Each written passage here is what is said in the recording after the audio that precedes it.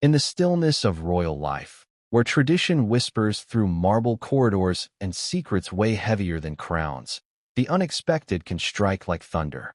Imagine this. A prince, once the heart of his nation's admiration, suddenly stands accused of conspiring to tear down the very institution that raised him. Not by enemies in foreign lands, but by those bound to him by blood and history. And at the center of this storm is Princess Anne, the sister of the king, the woman whose reputation for blunt truth-telling has earned her both respect and fear. It was she, unflinching and unyielding, who reportedly stepped forward to reveal the unthinkable, that Prince Harry, together with Meghan Markle, attempted to blackmail the crown. Documents, recordings, whispers of hidden archives, evidence that could destroy the monarchy itself, were allegedly wielded as weapons. For centuries, the British royal family has survived scandals, wars, betrayals, and revolutions, but never before had the word blackmail been attached to one of their own. And it was that revelation, delivered with Anne's steel resolve, that marked the end of Prince Harry's place among them. To understand the gravity of this moment, we must step back into the labyrinth of history and personal choices that led here. For decades, the monarchy has stood as more than an institution. It has been a symbol of stability, continuity, and power. From Queen Elizabeth II's unwavering reign to Charles's burdened ascension, the survival of the crown has depended not just on pageantry, but on unity. Every scandal chips away at the foundation. Every betrayal threatens the very purpose of its existence. When Harry and Meghan first stepped away from royal duties, it was framed as an act of independence, a couple yearning for freedom from suffocating tradition. Yet, behind palace walls, their departure was not seen as a graceful exit, but as an unraveling. There were rumors of demands, whispers of manipulation, and a growing fear that the couple knew too much. That fear, and would later make plain, was not misplaced. Before we continue, please hit the like button, subscribe to the channel, and turn on the notification bell for updates. The beginning of this story lies not only in the strained smiles of family gatherings, but in the deep distrust that slowly poisoned relationships. From the moment Harry declared his independence, many wondered, what price would the royal family pay? Meghan, with her background in Hollywood and her keen sense for narrative control, was not a passive partner in this saga. She understood the power of image, the currency of secrets, and the influence of hidden truths. And if Anne's words are to be believed, Meghan encouraged Harry to see those family secrets not as burdens, but as leverage. The monarchy, after all, is a fortress built on perception. The right revelation at the wrong time could collapse centuries of carefully guarded mystique. What, then, could be more dangerous than a royal couple threatening to turn private knowledge into public scandal? The middle of this unfolding drama came when, and decided silence was no longer an option. Known for her sharp tongue and unshakable loyalty to the institution, she has never played the game of charm or appeasement. She has little patience for gossip, less still for betrayal. It was she who, according to reports, confronted the king with the truth. The words themselves, no doubt, carried a blade's edge. Harry and Meghan had crossed a line that no family member could forgive. The details she unveiled sent shivers through the monarchy's core. Recordings of confidential discussions, letters penned in trust, documents that were never meant to leave the confines of royal safekeeping. These were allegedly at the heart of Harry and Meghan's arsenal. Whether the evidence was real or exaggerated mattered less than the accusation itself. In the eyes of the monarchy, intent was betrayal enough. The gravity of Anne's revelation lay not only in what she claimed, but in who she was. For decades, she has been the quiet workhorse of the monarchy, rarely drawing attention, yet always standing as a pillar of reliability. When she speaks, it is not to dramatize, but to cut to the bone. Her word carries a credibility that no tabloid can manufacture, no gossip can embellish. For King Charles, hearing such an accusation from his sister must have been a torment unlike any other. Here was his own blood, his son, cast not as a wayward figure in need of guidance, but as a deliberate saboteur. The betrayal was no longer just whispered in newspapers or debated in public opinion. It had crossed into the private sanctum of royal trust. The crown, an institution older than parliaments and wars, faced its greatest humiliation not from enemies, but from one of its heirs. At this point, one might ask, why would Harry risk everything? Was it bitterness at years of perceived neglect? Was it Meghan's influence, steering him to see the monarchy as an opponent rather than a family? Or was it desperation for power, relevance, and financial security outside the gilded cage? The answers are not simple, and perhaps they never will be. What is clear, however, is that Anne's disclosure shattered any lingering hope of reconciliation. For the monarchy, this was not just rebellion. It was betrayal at its most corrosive. Blackmail is not a tool of princes. It is the language of enemies. And once spoken, the bond of family is severed beyond repair. The fallout of this revelation spread quickly, like cracks splintering glass. Within the palace, the atmosphere reportedly shifted from wary tolerance of Harry's choices to outright rejection of his existence as a royal. Outside, the press seized on every detail, magnifying whispers into headlines, fueling debates that stretched across nations. Could it be true?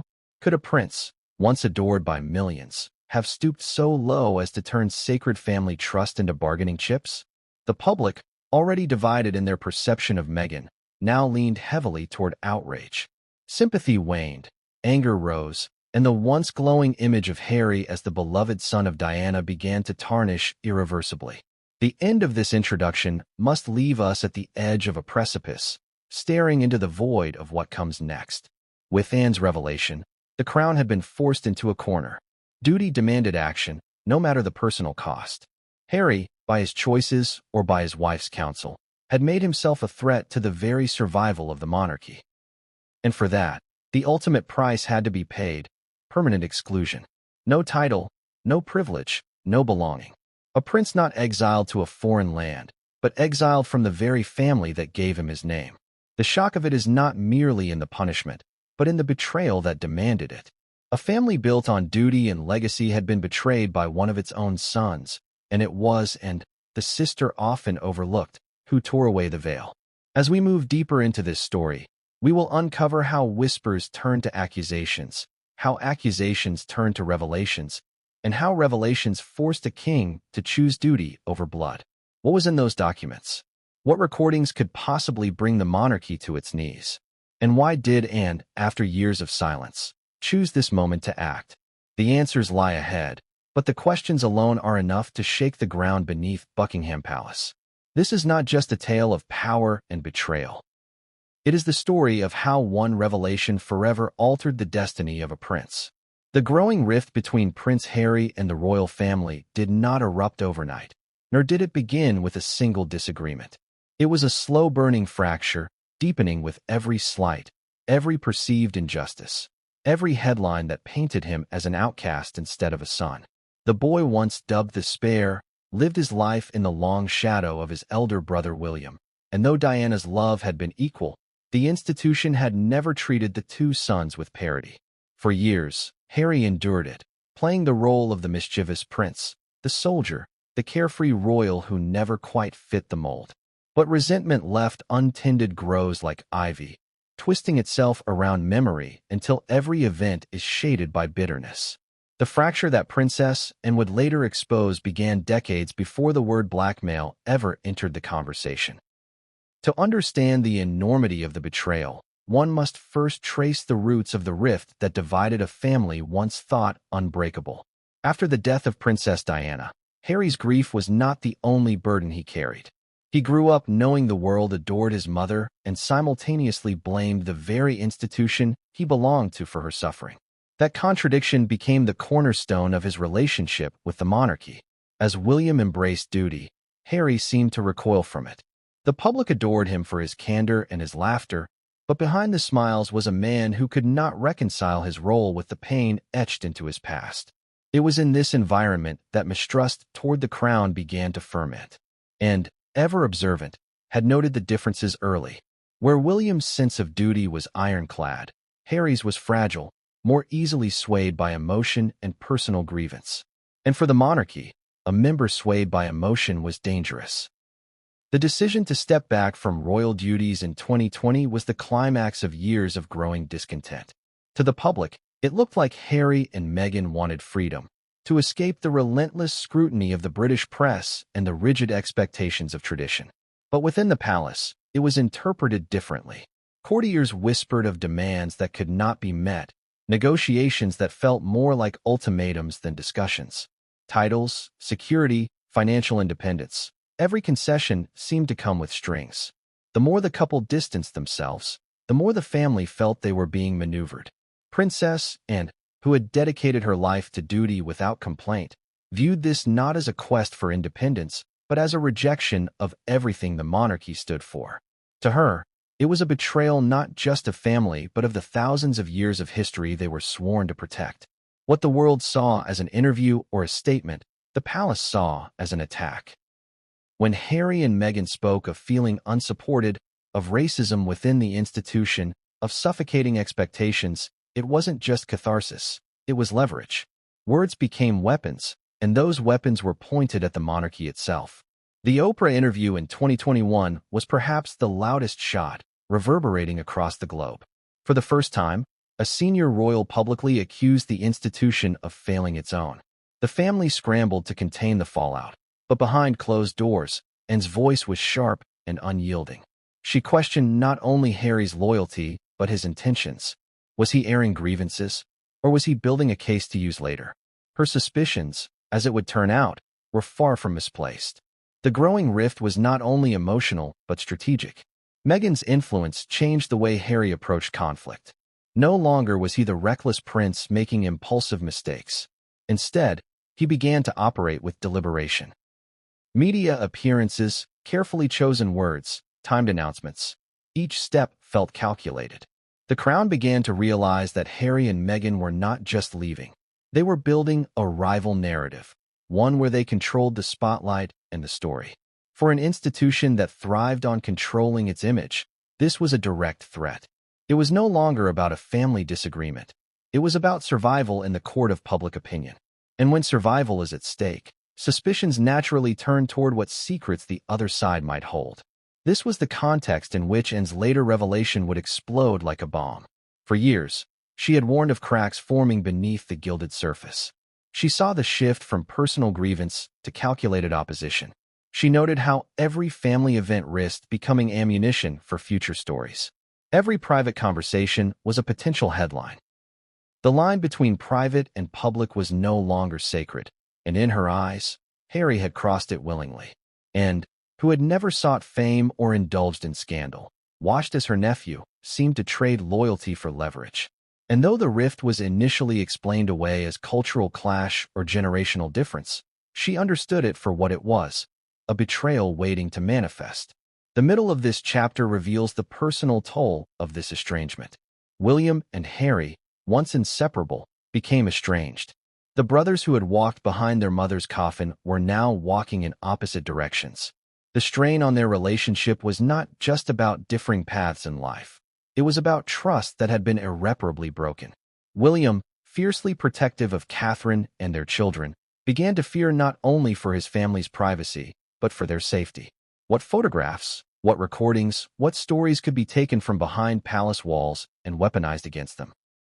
His fury grew, not just because his brother had left, but because his brother might be capable of turning family into collateral. This was no longer the sibling rivalry of youth. This was the fracture of a dynasty.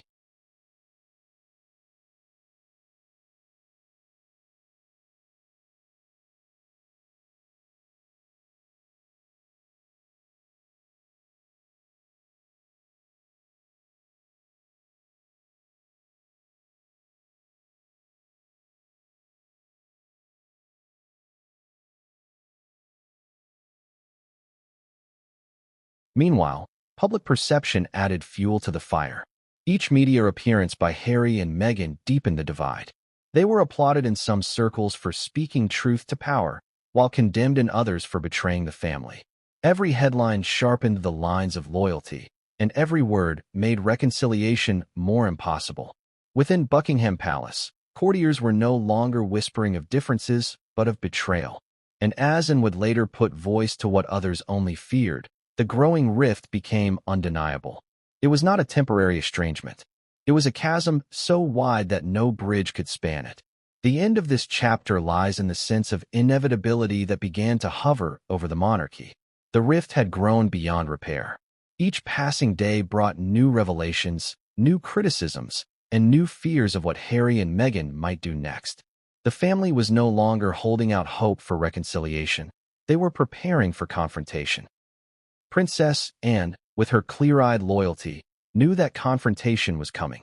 She saw the betrayal long before it was spoken aloud, and she knew the cost would not be measured in headlines, but in the survival of the crown itself. This growing rift was not just the backdrop of her revelation. It was the stage upon which the final act of betrayal would play out. Princess Anne's reputation within the royal family has always stood apart from the drama, gossip, and scandals that have plagued the monarchy for decades. While others reveled in attention, she embodied the quiet, steadfast commitment to duty that seemed almost unshakable.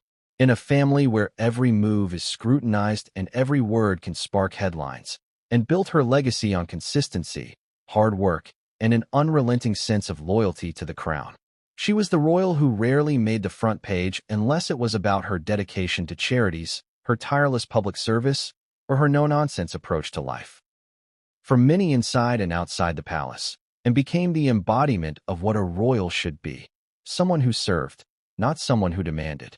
This reputation, built brick by brick over decades, is what gave such devastating weight to her later revelation about Prince Harry and Meghan Markle. When Anne speaks, it is not idle speculation.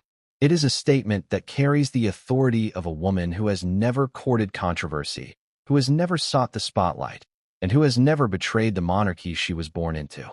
The beginning of this chapter lies in understanding who Anne is, not just as a princess, but as a person. From childhood, she was known for her sharp mind and sharper tongue. Unlike her brothers, she was never afforded the luxury of indulgence. As the only daughter of Queen Elizabeth II, she inherited both privilege and pressure. But rather than succumb to entitlement, she carved her own path.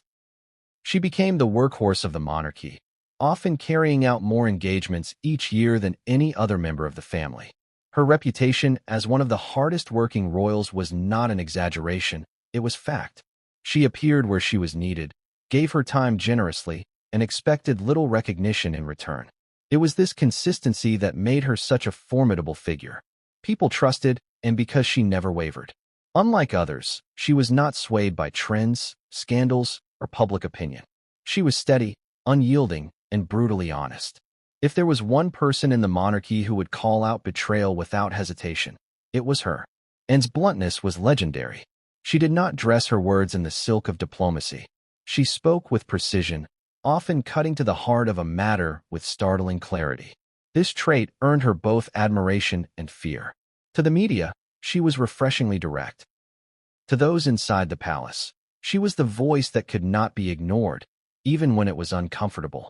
It was this directness that would later define her role in exposing Harry and Meghan. She had no patience for manipulation, no tolerance for games. Her loyalty was to the crown, not to individuals who threatened it, regardless of blood ties. When she finally raised her voice about Harry's actions, it was not the voice of a sister, but of a guardian of the monarchy's survival. And because her reputation was one of unwavering honesty, her revelation struck with the force of truth. The middle of this chapter brings us to why Anne's word carried such devastating credibility. In a family where so many have faltered, scandals involving Prince Andrew, tensions between Charles and Diana, and even the youthful mistakes of William and Harry, and remained untarnished. She never courted scandal, never allowed personal indulgence to eclipse duty. While tabloids feasted on the drama of others, they found little in and to sensationalize. She was seen as tough, resilient, and deeply committed to her role. That reputation made her revelation about Harry and Meghan almost impossible to dismiss. Had it come from another royal, it might have been waved away as rumor or exaggeration. But from Anne, it carried the weight of judgment that was final and absolute. It was as if the monarchy itself had spoken through her. Her lifetime of loyalty gave her the moral authority to expose betrayal. To those who know her, Anne's loyalty to the institution has always eclipsed personal relationships. She has spoken openly about the sacrifices required of royals, about the need to put country and crown before personal comfort. For her, There is no middle ground. You are either loyal to the institution or you are not. This black-and-white view of duty explains why she would act so decisively against Harry. In her eyes, what he and Meghan had done was not simply a misstep. It was treason against the very fabric of the monarchy, and does not forgive treason. To fully understand the impact of her revelation, consider her role as the steel spine of the monarchy. While Charles often appeared weighed down by indecision, and William carried the burden of preparing for his future role and provided an unflinching steadiness. She did not waver in times of crisis. When Diana died, when scandals erupted, when public trust wavered, and remained a silent but formidable presence. She rarely gave interviews, rarely spoke to the press, and rarely explained herself. But when she did, her words resonated because they were rare, because they were deliberate, and because they reflected a lifetime of service unmarred by self-interest. This is why her decision to speak about Harry's betrayal was like a thunderclap. It was not just another family squabble. It was the crown itself sounding the alarm. The end of this chapter lies in the contrast between Anne's lifelong loyalty and the betrayal she exposed. For decades, she had represented the unshakable heart of the monarchy, the one who never faltered, never wavered, never betrayed. To see her stand up and accuse Harry of blackmail was not simply shocking, it was catastrophic. Because if Anne, the most loyal of all, believed he had crossed a line, then that line was indeed irrevocable. Her reputation magnified the revelation. The world did not hear the words of a disgruntled sister. They heard the words of the monarchy's most steadfast defender. And that distinction changed everything. It transformed whispers of betrayal into undeniable truth. It forced Charles to listen, William to respond, and the public to take notice. In the court of royal opinion, Anne's word was law, and her reputation ensured that her revelation would echo long after it was spoken. Whispers of hidden files within the royal family have long fascinated both the public and the press, but when Princess Anne revealed that Harry and Meghan may have weaponized such secrets, those whispers took on a far darker meaning. For centuries, the monarchy has operated on a delicate balance of tradition and secrecy. Behind the pomp and ceremony, behind the parades and balcony appearances, lies a world of documents, letters, recordings, and confidential archives, an entire history too dangerous for the public eye. The monarchy's survival depends on control, not just of its image but of the narratives that shape its legitimacy. Every scandal has the potential to erode trust, and every word recorded in private can become a dagger in public. These hidden files, if they exist in the way Anne suggested, are not just family keepsakes. They are weapons of mass destruction in the world of reputation and power. And Harry, a man born into privilege yet embittered by years of perceived neglect, allegedly saw them as leverage. The beginning of this chapter must take us back to why such documents exist at all. The British monarchy, one of the oldest in the world, has always operated in shadows as much as in light. Sensitive letters, coded communications, medical records, financial accounts, and private diaries all have been stored, guarded, and protected with near-obsessive care. These were not files meant for gossip, but for preservation of state continuity and family reputation. Every royal generation has contributed to these archives, intentionally or by necessity. But secrets are only safe if they remain sealed. Once removed from the confines of the crown's vaults, they transform from history into scandal. For those who held them, or claimed to hold them, the temptation to use them as bargaining chips would be immense.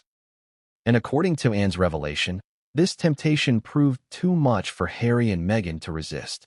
The whispers began years earlier, long before Anne spoke out. There were rumors that Harry and Meghan had access to recordings of private family meetings, taken either deliberately or by devices hidden during discussions. There were whispers of letters, some from Diana, others exchanged between senior royals, that revealed truths the institution wanted buried.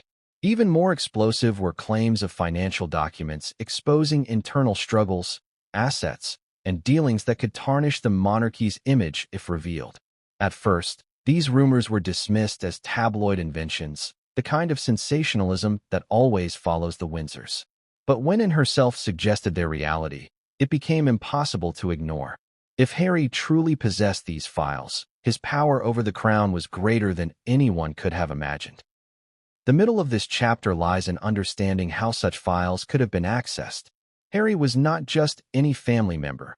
He was a son of the king, a grandson of the late queen, and a man who grew up within palace walls. He had proximity, privilege, and trust. With that came access others could only dream of. Even if he did not physically remove documents, his knowledge of what existed and where it was kept would be invaluable. Combined with Meghan's sharp instincts for control and negotiation, they allegedly realized they held something no amount of royal titles could offer: leverage. For them, it was not simply about breaking free from the monarchy. It was about ensuring the monarchy could not retaliate. If reports are true, Harry and Meghan's alleged blackmail was less about greed than it was about insurance, an attempt to secure their financial future and royal privileges by holding the family's darkest secrets hostage. Among the files most often rumored were those concerning Princess Diana. Letters she had written, tapes she had recorded, and testimonies of her struggles within the institution were said to be part of the archives. Diana's story has always been the monarchy's most painful vulnerability, a scar that never fully healed. If Meghan and Harry held even fragments of those hidden accounts, the damage they could inflict on Charles's reign and the monarchy's future would be incalculable. Other whispers spoke of conversations between Charles and Camilla during the height of their affair, evidence that could reignite old scandals. Still others hinted at details about the Queen's private views, medical records of senior royals, and sensitive documents relating to finances. To the monarchy, the very suggestion that such files could fall into the wrong hands was a nightmare. To Anne, the realization that Harry and Meghan may have threatened to use them crossed a line from disloyalty into betrayal. The whispers soon extended beyond the walls of the palace. Journalists began to speculate about what Harry and Meghan might reveal in their interviews, documentaries, and memoirs. Every word they spoke was dissected for hints of deeper knowledge. When Harry released his memoir, many within the monarchy feared it was only the beginning. What else did he have?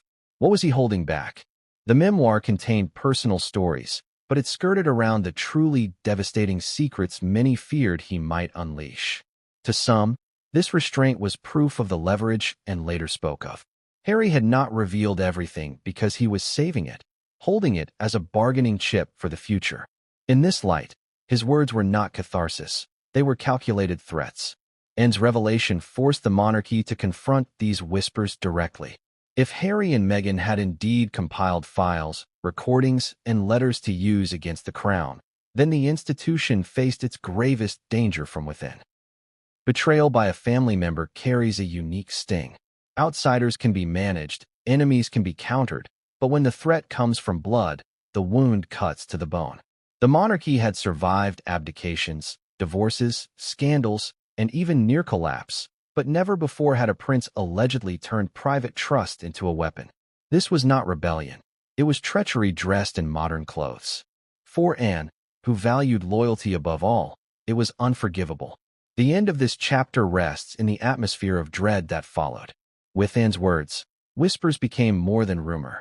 They became credible threats that forced the king and his advisors to act. What if those files were released? What if recordings surfaced in the media? What if private conversations became public knowledge? The monarchy's survival depends not just on ceremony, but on mystique.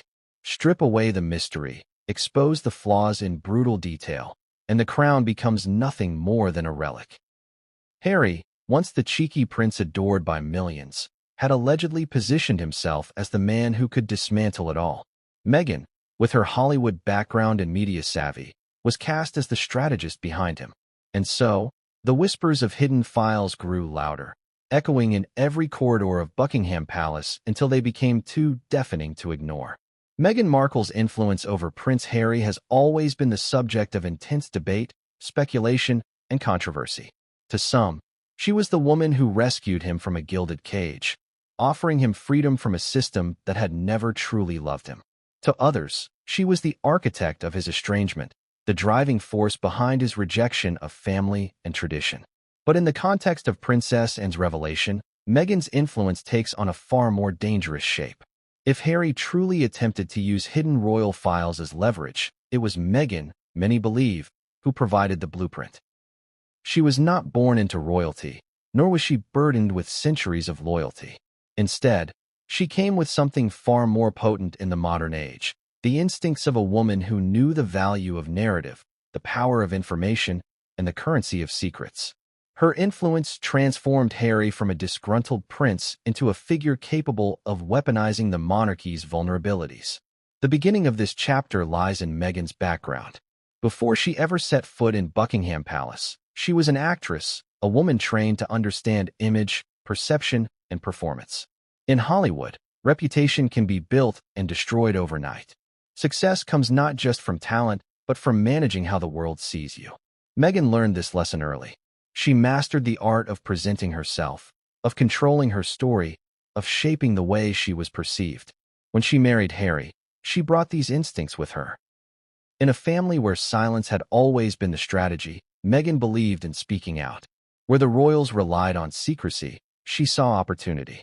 To her, information was not a burden, but a tool. And it was this philosophy that allegedly steered Harry towards seeing family secrets not as shameful weights, but as potential bargaining chips. Meghan's influence became most visible in the couple's media choices. Every interview, every statement, every carefully timed appearance bore her fingerprints. The Oprah interview in 2021 was not just a conversation. It was a spectacle orchestrated for maximum impact. The revelations about racism, isolation, and lack of support were not accidental disclosures, but carefully delivered bombs meant to shake the monarchy. For Meghan, these disclosures served multiple purposes. They positioned her and Harry as victims, rallied global sympathy, and placed the crown on the defensive. This strategy was pure Hollywood, turning personal pain into a public narrative. But beneath the storytelling lay something far more calculated. Each revelation hinted at deeper knowledge, unspoken truths, and secrets yet to come. It was as if Meghan was signaling that they had more in reserve, a warning shot to the monarchy that silence would not protect them anymore. The middle of this chapter examines how Meghan's mindset shifted Harry's perception of his role. Before Meghan, Harry had often been reckless, impulsive, and careless with the press. His mistakes made headlines, but they were largely seen as youthful blunders. After Meghan, his approach changed. His words became sharper, more deliberate, more targeted. He began to see the media not as an enemy to be feared, but as a weapon to be wielded. This shift mirrored Meghan's influence, her belief that controlling the story meant controlling the power. With her guidance, Harry transitioned from the cheeky spare to a man capable of challenging the institution head-on. To the monarchy, this was terrifying. It meant that their secrets were no longer locked away in the mind of a reluctant son. They were in the hands of a couple willing to use them strategically, and Meghan was the strategist.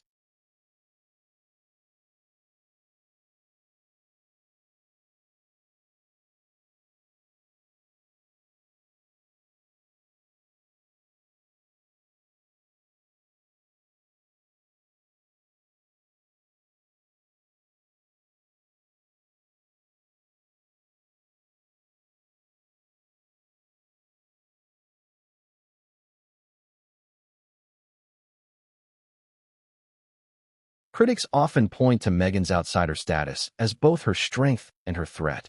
Unlike William, Anne, or Charles, she had no lifelong conditioning to protect the monarchy at all costs. She owed it no loyalty. For her, the monarchy was not sacred. It was an institution that had mistreated her, a structure that had isolated her, a system that had made her feel like an outsider. In her eyes, why should she protect something that had never protected her? This perspective may have been what fueled her willingness to leverage hidden truths. What Harry saw as betrayal, Meghan may have seen as justice. What Harry felt as family duty, Meghan interpreted as control. And when those perspectives collided, her influence often carried the day. And, who valued loyalty above all, recognized this dynamic immediately. She saw Meghan not as the cause of Harry's discontent, but as the spark that turned discontent into weaponized betrayal. Among the most disturbing aspects of Meghan's influence was her understanding of timing. In Hollywood, timing determines whether a story dies or dominates. Meghan applied this skill to royal life. She knew when to speak, when to hold back, when to hint, and when to strike. This sense of timing magnified the effect of Harry's words and actions. Nothing felt accidental. Every revelation seemed designed to coincide with moments of maximum visibility. The Oprah interview aired when global attention was high. The Netflix documentary premiered when royal interest was at its peak. Harry's memoir was released during a fragile moment for the monarchy. To the public, these may have seemed like coincidences. To the monarchy, they felt like coordinated attacks. And behind this precision, they saw Meghan's hand. The end of this chapter lies in the recognition that Meghan's influence was not simply about steering Harry away from his family. It was about transforming him into someone who saw the monarchy as negotiable. In her world, no narrative was untouchable, no secret too sacred, no institution beyond question. This worldview clashed violently with the monarchy's centuries-old reliance on silence and secrecy. Where the royals saw betrayal, Meghan saw empowerment. Where the family saw blackmail, Meghan may have seen leverage. But regardless of interpretation, the outcome was the same. A prince once bound by duty became a man allegedly capable of turning family trust into a bargaining chip. And it was Anne, with her unshakable loyalty, who understood how dangerous that influence had become. For the monarchy, Meghan was not just Harry's partner. She was the catalyst who turned whispers of discontent into a storm of betrayal. The blackmail allegations surrounding Prince Harry and Meghan Markle did not emerge from thin air. They were the culmination of years of tension, mistrust, and whispered suspicions within the walls of Buckingham Palace. By the time Princess Anne gave voice to her revelation, the whispers had hardened into claims too serious to ignore. Allegedly, Harry and Meghan had threatened to release sensitive royal documents and recordings unless their demands were met, demands that ranged from financial support to recognition in the form of titles. For a family that thrived on loyalty and secrecy, the very idea was unthinkable. Yet, as Anne described it, the unthinkable had become reality. This chapter explores how those allegations came to light, the weight they carried, and the devastating impact they had on the monarchy. The beginning of this chapter lies in the nature of blackmail itself. In the world of politics, power, and dynasties, blackmail is the ultimate betrayal. It is the transformation of trust into leverage, of intimacy into currency. To accuse a member of the royal family of such an act was to accuse them of treason against blood and tradition. The monarchy is not a business that can withstand a hostile takeover. It is an institution built on perception. And blackmail, by its very nature, corrodes perception from the inside out. If true, it meant that Harry had abandoned not only his duty but the sacred bond that bound him to the crown. For Anne, whose life had been dedicated to service, this was the most unforgivable of sins. The allegations themselves centered on hidden files and recordings, said to be in Harry and Meghan's possession. According to those close to the matter, these files contained information that could embarrass, destabilize, or even delegitimize the monarchy. Among them were rumored letters from Princess Diana, detailing her struggles and fears, recordings of private family conversations, and documents concerning finances and health. The suggestion was that Harry and Meghan had used these files as bargaining chips in conversations with royal aides and intermediaries. The demand was clear: continued financial support and the preservation of their titles, even as they stepped away from royal duties.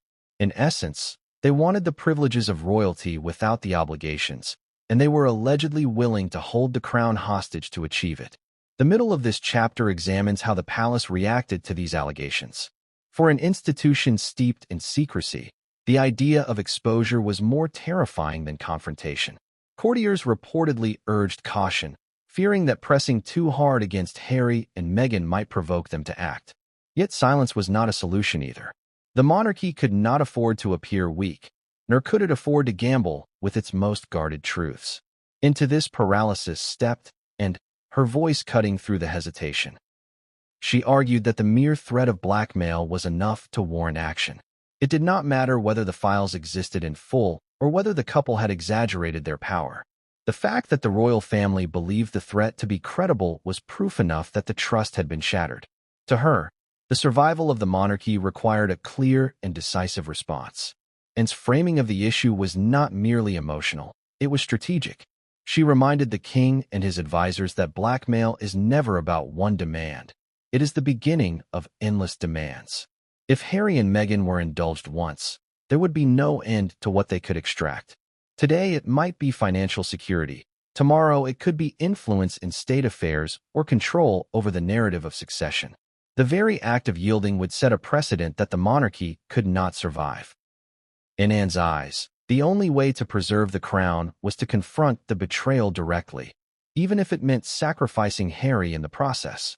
For her, blood could not outweigh duty.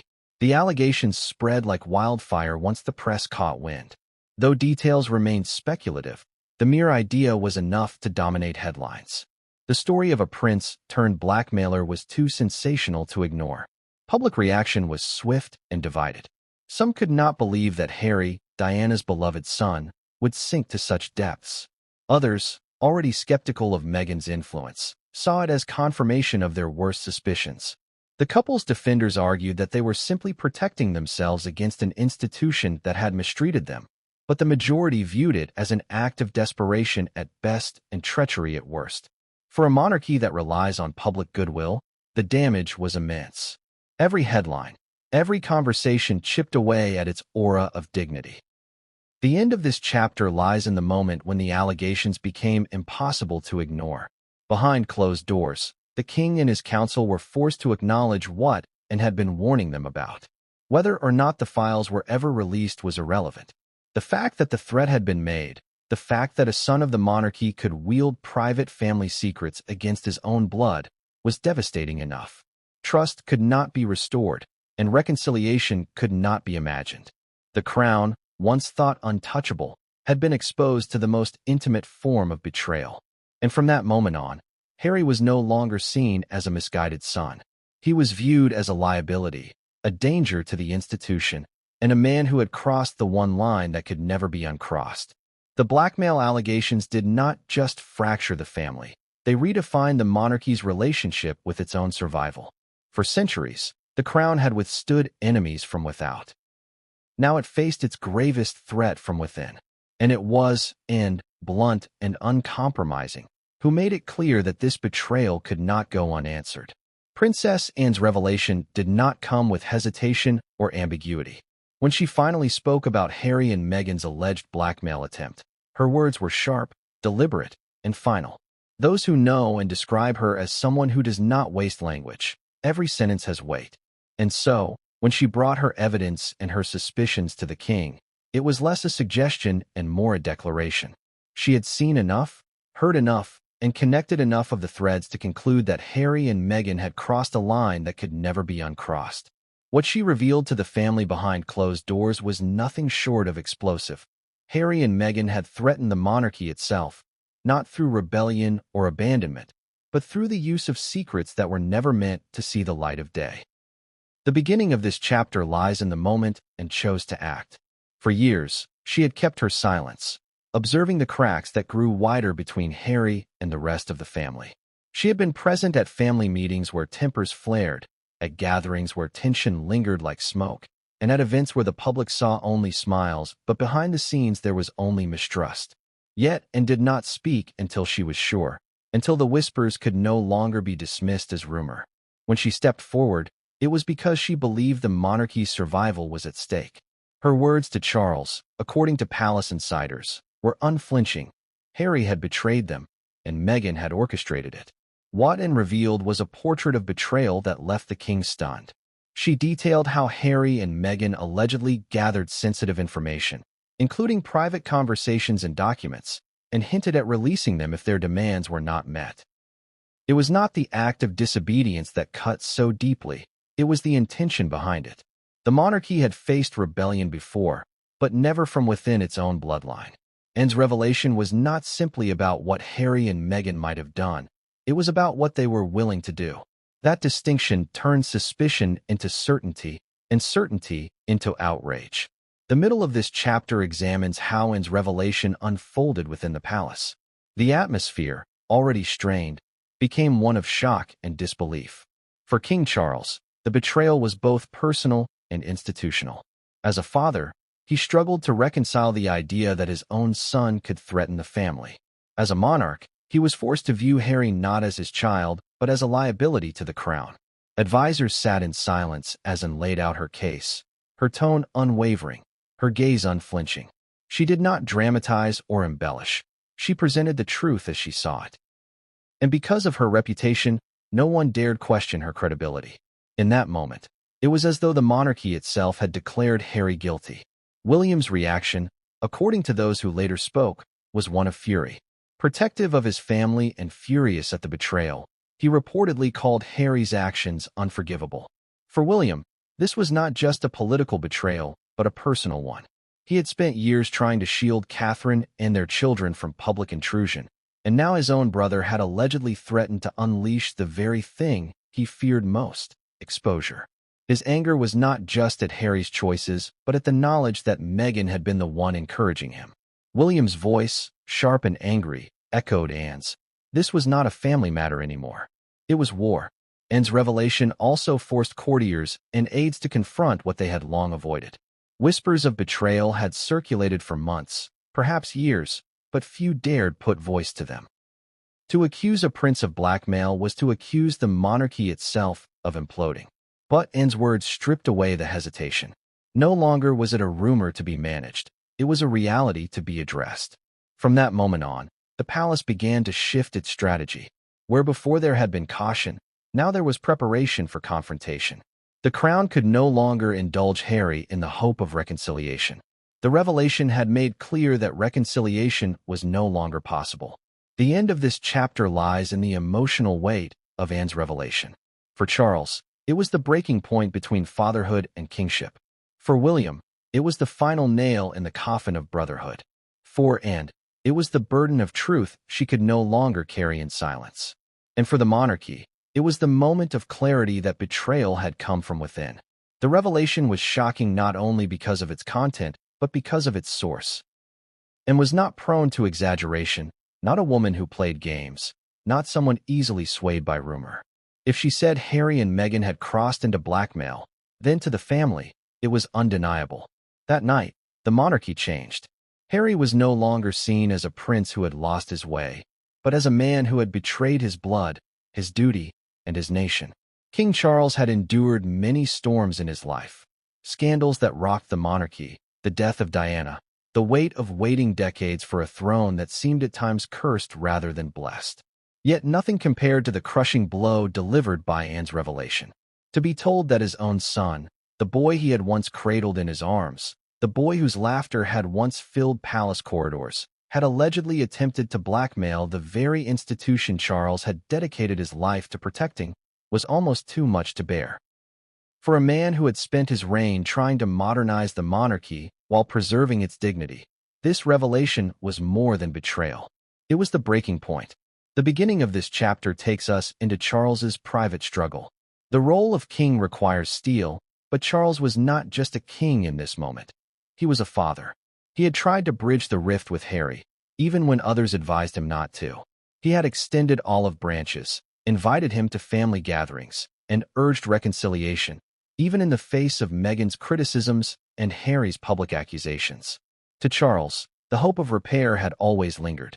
He had believed, perhaps naively, that time and compassion could heal even the deepest wounds. But when Anne revealed the extent of Harry's alleged actions, that hope collapsed. The man who had forgiven his son for walking away, who had endured the humiliation of public interviews, who had swallowed accusations of racism and neglect, was now faced with the unthinkable truth. His son was willing to threaten the monarchy itself. Charles's breaking point was not just emotional, it was institutional. A king cannot be weak in the face of betrayal. The monarchy survives not on love, but on duty, not on sentiment, but on the perception of strength. To allow Harry's alleged actions to go unanswered would be to signal vulnerability, to invite further rebellion. The monarchy had survived abdications, affairs, and scandals, but never had it faced the prospect of blackmail from within. Charles knew that every decision he made would ripple beyond his family. It would define his reign. And so, the father was forced to give way to the king. In that moment, Charles realized he could no longer protect Harry. The cost to the crown was too great. The middle of this chapter reveals the torment of that decision.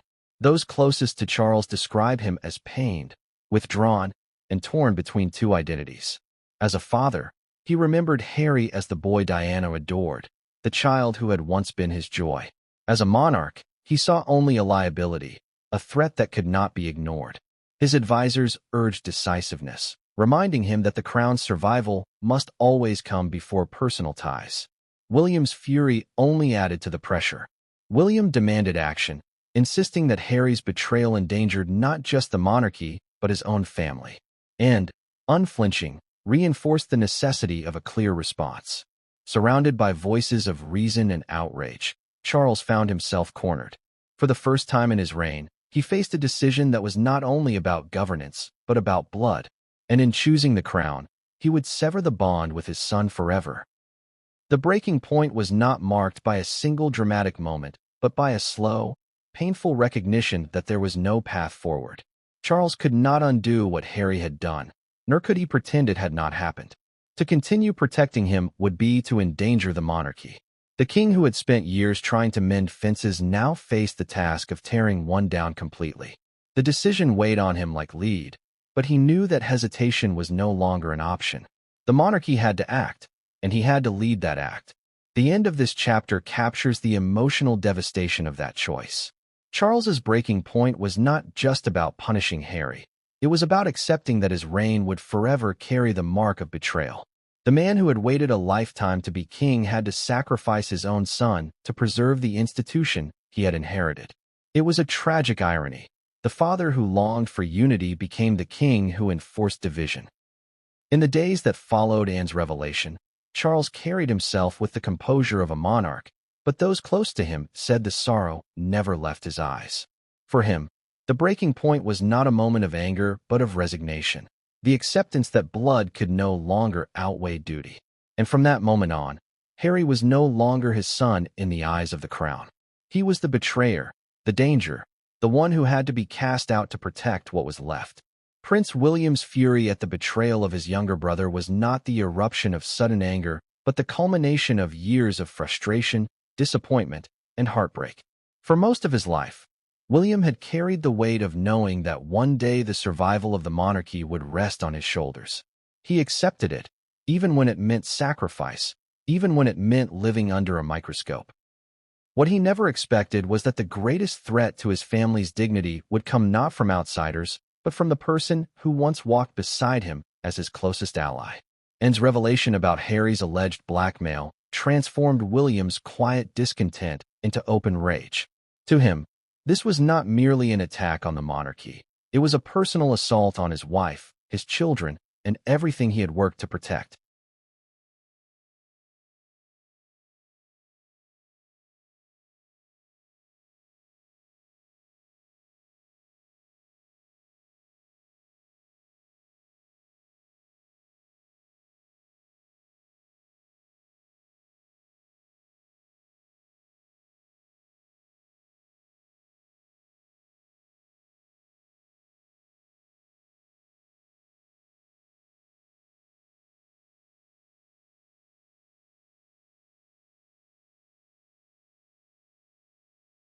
The beginning of this chapter lies in the bond William and Harry once shared.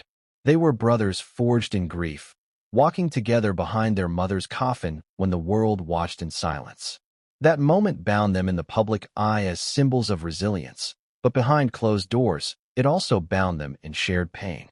For years, William saw himself as Harry's protector, the elder brother who would shield him when palace life became too heavy. Yet as they grew older, their paths diverged. William leaned into duty, embracing the future that awaited him as king. Harry recoiled from it, resenting the hierarchy that placed him in the shadow of his brother. Still, there was love, strained at times, but undeniable. Which is why, when Anne exposed Harry's alleged betrayal, William's fury was so fierce. It was not just anger at what Harry had done. It was anger at what Harry had destroyed, the bond that had once defined them both. William's fury also stemmed from his role as a husband and father. Catherine had endured years of scrutiny, often at the hands of the very press Harry and Meghan claimed to despise. Their children, George, Charlotte, and Louis, were the future of the monarchy. William saw his duty not just as a public responsibility, but as a deeply personal mission to protect them.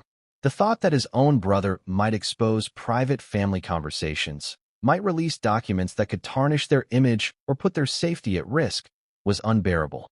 William's rage was not abstract. It was rooted in fear for his family's security. Every leak, every interview, every accusation from Harry and Meghan felt like another step closer to putting his wife and children in harm's way.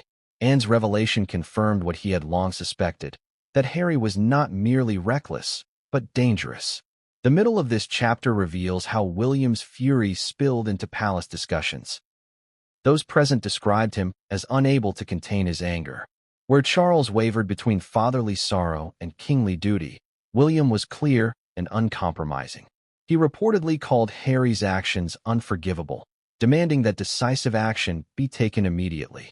His anger was not just for himself, but for the legacy he was destined to inherit. He knew that one day, the crown would be his responsibility. If the monarchy was weakened now by Harry's betrayal, it would be William who would spend his reign trying to repair the damage. For him, tolerating Harry's behavior was not just weakness, it was an existential threat to the future. William's fury was the fury of a man who saw the survival of his family's legacy at stake. His relationship with Harry had already been strained for years, but this revelation obliterated what little remained of brotherly trust. William reportedly spoke of betrayal in deeply personal terms, describing how Harry had turned his back not only on the institution, but on the family they once shared. To William, blackmail was not a strategy, it was treason. He saw Harry's alleged actions as a violation of the sacred bond between brothers, one that could never be repaired. His anger was fueled by grief, but it was also sharpened by clarity. The brother he once knew was gone, replaced by a man willing to weaponize their family's darkest secrets for gain. The fury was not limited to words. William's actions in the days that followed reflected his determination to protect the monarchy. He reportedly pushed for stronger measures against Harry, from the stripping of titles to permanent exclusion from royal life. For William, half measures would not suffice. Allowing Harry to remain connected to the monarchy in any way would only invite further threats. His position was clear. Harry must be cut off completely, for the sake of the crown and for the safety of his own family. It was a harsh stance, but in William's mind, it was the only logical one. His anger was not just emotional, it was pragmatic. It was the anger of a man who understood that his destiny as king left no room for compromise. The end of this chapter captures the intensity of William's fury and the consequences it carried. For Harry, it meant the final severing of the bond that had once defined his life. For the monarchy, it meant that reconciliation was no longer on the table. William's voice, sharp and unwavering, left no room for doubt. Harry had betrayed them, and he would pay the price. The fury of a future king is not easily contained, and William's response to Anne's revelation ensured that Harry's exile would not be temporary but permanent. In William's eyes, the monarchy could endure scandal, criticism, and even tragedy, but it could not endure betrayal from within. His anger solidified the decision that had been lingering in silence. The monarchy would move forward, but Harry would not be part of it. The public backlash that followed Anne's revelation was unlike anything the monarchy had seen in decades. The British public, who had once adored Harry as Diana's carefree, cheeky son, found themselves divided between disbelief and outrage. For years, Harry and Meghan had cultivated a narrative of victimhood, presenting themselves as individuals who had escaped a cold, outdated institution. But the suggestion that they had allegedly turned the monarchy's most sacred secrets into bargaining chips struck at the core of public trust. What had once been viewed as rebellion began to look, in the eyes of many, like betrayal. The monarchy has always lived and died by the perception of its subjects, and now that perception turned like a tide against one of its own. The beginning of this chapter must consider the emotional bond the public had with Harry. For many, he was Diana's son, the boy who had walked behind her coffin, the child whose pain was shared across the globe. People felt protective of him, forgiving his mistakes as youthful rebellion, charmed by his humor, and touched by his openness about mental health. This goodwill had insulated him for years, even as he stepped away from royal life.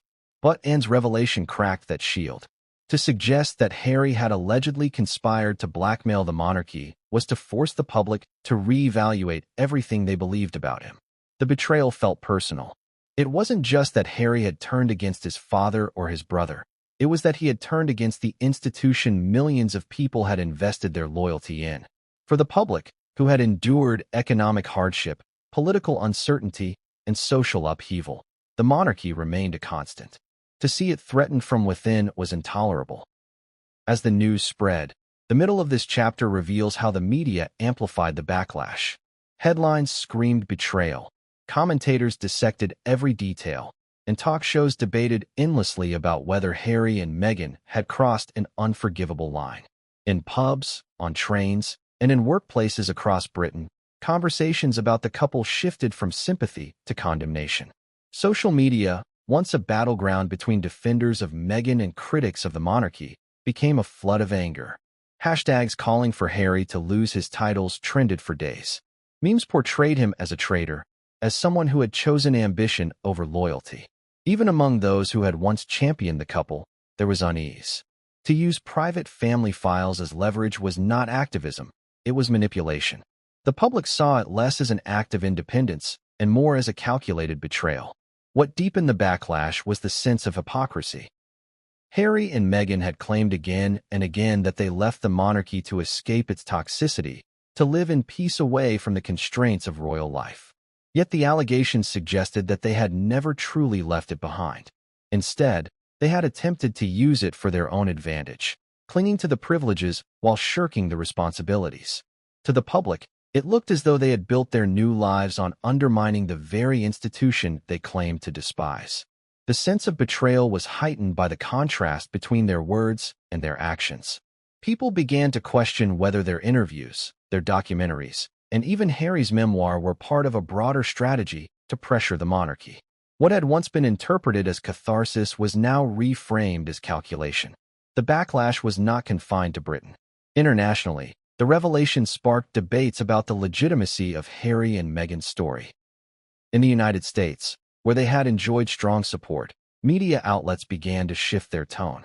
What had been hailed as courage in speaking out against the monarchy was now scrutinized as opportunism. American audiences, though less emotionally tied to the monarchy, still understood the gravity of blackmail. To turn private family matters into threats for gain struck many as deeply unethical. The couple's carefully crafted image as philanthropists and advocates for justice began to unravel. Their reputation as outsiders challenging the system was overshadowed by the perception that they were manipulators using secrets for leverage. The end of this chapter lies in the long-term consequences of the backlash. For the monarchy, it meant renewed public support. Far from weakening the institution, the revelation reminded people of its resilience and of the values it represented. Charles and William were seen as defenders of tradition against betrayal, and public sympathy swung back toward them. For Harry, it was devastating. The boy who had once been adored was now spoken of in the same breath as scandal and betrayal. His image as Diana's son, once untouchable, was tarnished in ways that seemed irreversible. Meghan, too, bore the brunt of the anger, her influence cast as the catalyst for betrayal. The couple's dream of building a global brand rooted in sympathy and admiration now seemed fractured. The backlash also raised questions about forgiveness. Could the public ever embrace Harry again? Could they ever separate the image of the boy who lost his mother from the man accused of betraying his father, his brother, and his country? The anger suggested the answer was no. The public, who had once been his greatest ally, had turned into his harshest critics. In the monarchy's long history, few betrayals had cut so deep. And this one was not whispered in private. It was exposed for the world to see, leaving scars that time alone could not heal. The media frenzy and expert analysis that followed Anne's revelation turned an already volatile situation into a full-blown storm. For decades, the British press had lived off royal scandal. But this was different. It was not a story about marital troubles, fashion choices, or protocol breaches. It was an allegation of blackmail at the highest level. Every newspaper, television channel, podcast, and online platform seized on the story, dissecting it from every angle. Analysts, historians, and biographers were called in to explain the implications. Pundits debated whether the monarchy could withstand such a betrayal, and commentators speculated on what secrets Harry and Meghan might be hiding. The frenzy was not just about the couple. It was about the survival of the monarchy itself. The beginning of this chapter lies in the way the story broke across the media. Tabloids plastered their front pages with damning headlines, painting Harry and Meghan as traitors who had turned their backs on crown and country. Broadsheets took a more cautious tone but still emphasized the seriousness of the allegations. The BBC ran endless segments, inviting royal correspondents to weigh in on what Anne's revelation meant for Charles's reign. Across the Atlantic, American networks that had once embraced Harry and Meghan as victims of a cold institution began to reconsider their narrative. If the allegations were true, the couple's carefully curated image of independence and victimhood crumbled into something darker: manipulation and betrayal. In the middle of this chapter, expert voices amplified the frenzy.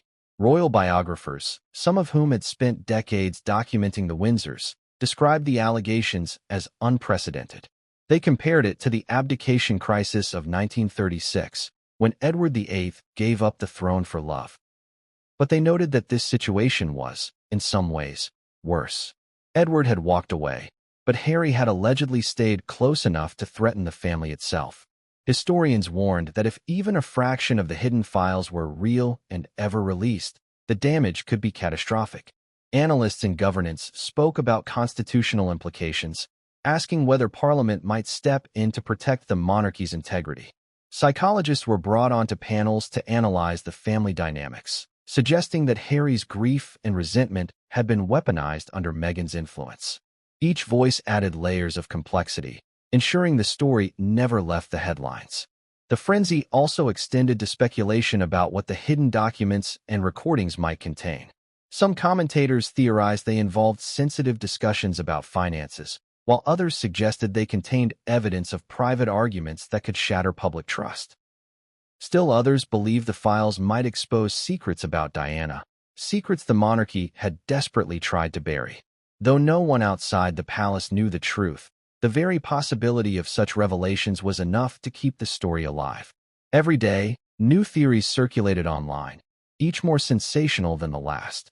The lack of clarity only fueled the frenzy, making it impossible for the couple to control the narrative. Meanwhile, public relations experts weighed in on how the monarchy and Harry could recover from such a crisis. Some argued that Charles needed to act decisively, stripping Harry and Meghan of all titles to show strength. Others believed that a softer approach might prevent the couple from retaliating with further revelations. But one point was unanimous: Anne's reputation for honesty made it nearly impossible to dismiss her claims. For decades, she had been the least scandalous of the royals, the one most dedicated to duty. If she was willing to expose Harry, then the public and the press believed she must have had compelling reasons. The media frenzy was not just about analyzing the past. It was about speculating on the future. Would Harry and Meghan retaliate with a bombshell interview? Would they release documents to prove their strength? Would Charles banish them formally and permanently from royal life? Each unanswered question generated more coverage, more debate, more speculation. News outlets framed it as a chess game between the monarchy and the Sussexes, with the stakes being nothing less than the survival of royal credibility. The press thrives on uncertainty, and this story provided it in abundance. The end of this chapter reveals how the frenzy shaped public opinion and cemented the narrative of betrayal. The more experts spoke, the more the story solidified. What might have been dismissed as palace intrigue became framed as a constitutional crisis. What might have been brushed aside as a family feud became described as a betrayal of the nation. Harry and Meghan, once able to count on sympathetic coverage, now faced relentless scrutiny. Their every move was interpreted through the lens of Anne's revelation. Silence was seen as guilt, while speaking out risked inflaming the situation further. For the monarchy, the frenzy worked in their favor. The institution was portrayed as the victim of blackmail, standing firm against internal sabotage. For Harry, it was devastating. The son who had once been the darling of the press now found himself portrayed as its villain. The experts concluded what many already felt. This was a turning point. The monarchy had faced scandals before, but this one tested its resilience in a way few could have imagined. The frenzy did not just expose a family conflict, it reframed Harry's entire legacy. And as the noise grew louder, one truth became undeniable. The monarchy could survive without Harry, but Harry could no longer survive without the monarchy's protection. The final straw for the monarchy did not come in a single moment of explosive revelation, but through a steady accumulation of actions and words that eroded trust until there was nothing left to salvage.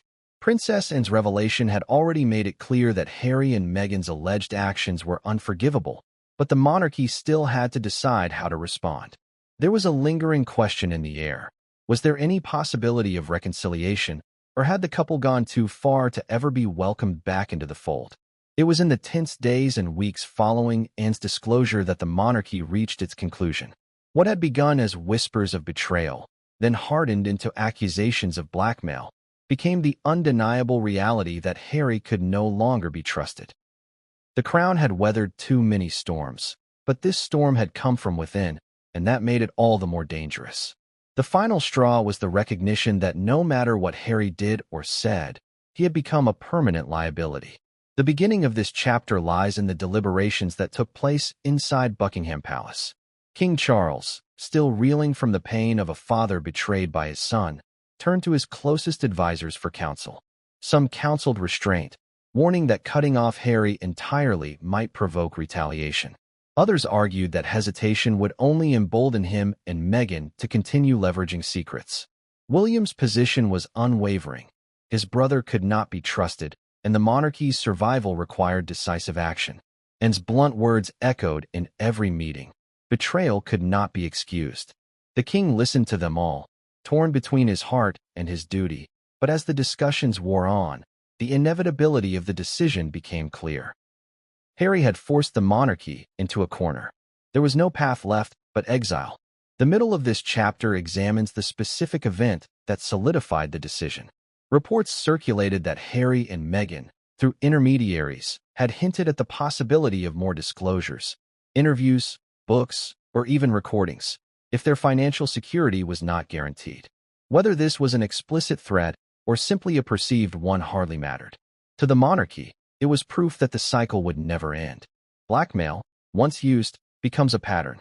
Every time the couple faced financial pressure or a decline in public relevance, there was the risk they would return to the same weapon. The monarchy realized that if they gave in once, they would be held hostage forever. That realization was the final straw. Even Charles, reluctant to cut off his son, knew that duty demanded action. The emotional toll of this decision was immense. Charles wrestled with the heartbreak of turning his back on Harry, remembering him not as the man he had become, but as the boy Diana had adored. William, consumed by anger, felt only vindication that the truth was finally being acknowledged. And, ever pragmatic, carried no joy in being right, only the grim satisfaction that her loyalty had guided her to protect the crown.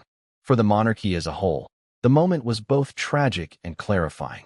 They had tried to manage Harry, to indulge him, to negotiate with him. But Anne's revelation and Harry's actions had stripped away any illusions. The monarchy could not share space with betrayal.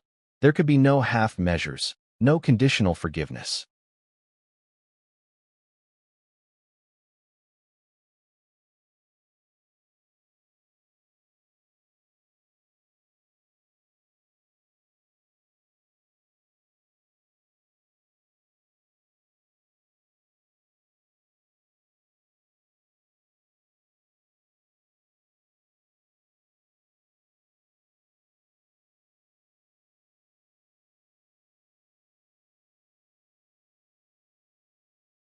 The end of this chapter lies in the declaration that followed. Though no formal press release spelled it out in brutal terms, the reality was unmistakable. Harry was cut off permanently. Titles would no longer protect him. Privileges would no longer shield him. He was a prince only in name, stripped of the trust and recognition that once defined him. To the public, the decision was framed as the monarchy standing firm against betrayal. To those within the family, it was the sorrowful but necessary act of survival. The final straw had been reached, and there was no turning back. Harry's choices, amplified by Meghan's influence and sealed by Anne's revelation, had made reconciliation impossible. In this moment, the monarchy drew a line not only for Harry but for the future. It signaled to the world that betrayal from within would be met with consequences as final as any abdication or exile in history. The monarchy had survived by being ruthless when it had to be, and this was one of those moments. The final straw was not just the act of blackmail itself, but the recognition that trust could never be restored. And in the end, it was that realization, painful, inevitable, and permanent, that marked Harry's true banishment from the royal family.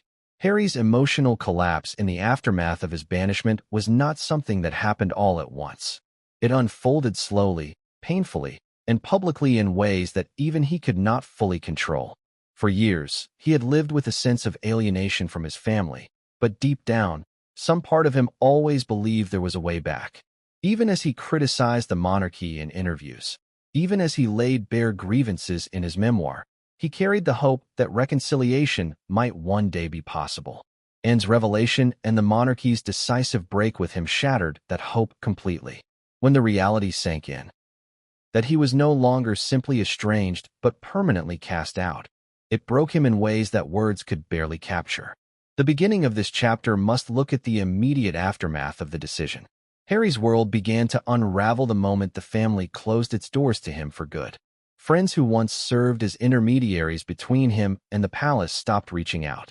Invitations to royal events ceased, not just formally but in practice. His security, once a symbol of his status, became a battleground of negotiations, leaving him vulnerable and exposed.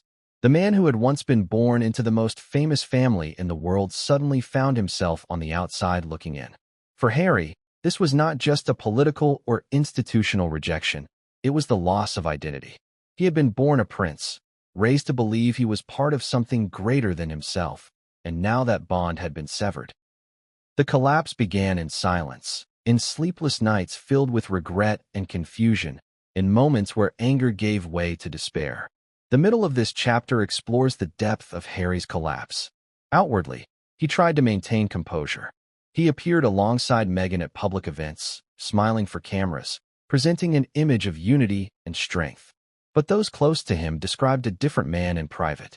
He became withdrawn, plagued by mood swings, and consumed by the realization that his decisions had led him here. The memoir that was supposed to define his independence now felt like a nail in the coffin of his relationship with his family. The interviews that once gave him a sense of control over his narrative now seemed hollow.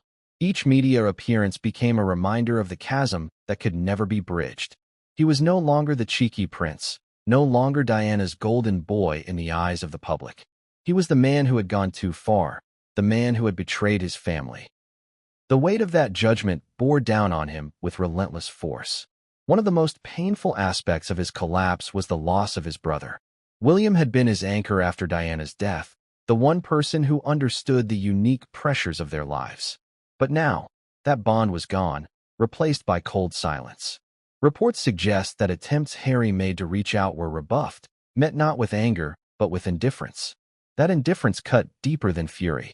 To Harry, it was proof that William no longer saw him as a brother at all. The collapse deepened as he replayed memories of their childhood. Football in palace gardens, shared jokes during stiff public appearances, whispered words of comfort during their mother's funeral. All of it now seemed like a lifetime ago, severed by choices he could not undo. The loss of William's trust was perhaps the most devastating blow, because it confirmed what he had feared, that there was no going back. Meghan's role during this period was both supportive and divisive. Publicly, she stood by Harry, presenting herself as his protector and partner in adversity.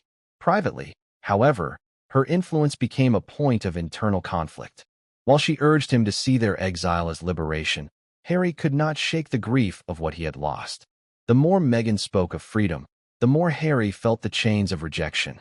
He had left the monarchy, but the monarchy had now left him too. The collapse was not just about losing titles or privileges. It was about losing the family bond he had spent his life clinging to, however imperfect it had been.